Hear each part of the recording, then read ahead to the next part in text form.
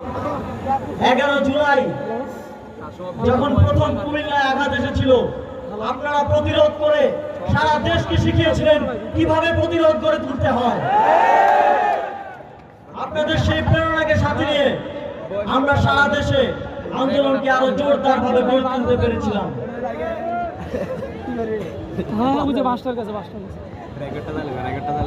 আপনারা আমাদেরকে এই অন্তর্বর্তীকালীন সরকারের ছাত্র প্রতিনিধি হিসেবে চেয়েছেন, তাই আমরা সেখানে গিয়েছি যাতে আমাদের যে অভ্যুত্থানের যে স্পিরিট সেটাকে আমরা সমুন্নত রাখতে পারি এবং তা নিশ্চিত করতে পারি। কিন্তু আসলে সত্যিকার অর্থে বলতে গেলে আমাদের জায়গা আসলে রাজপথ। সেই সচিবালয়ের অফিসে কিংবা ক্যাবিনেট মিটিংয়ে আমি ততটা স্বাচ্ছন্দ্য বোধ করি না যতটা আপনাদের মাঝে স্বাচ্ছন্দ্য বোধ করি। গত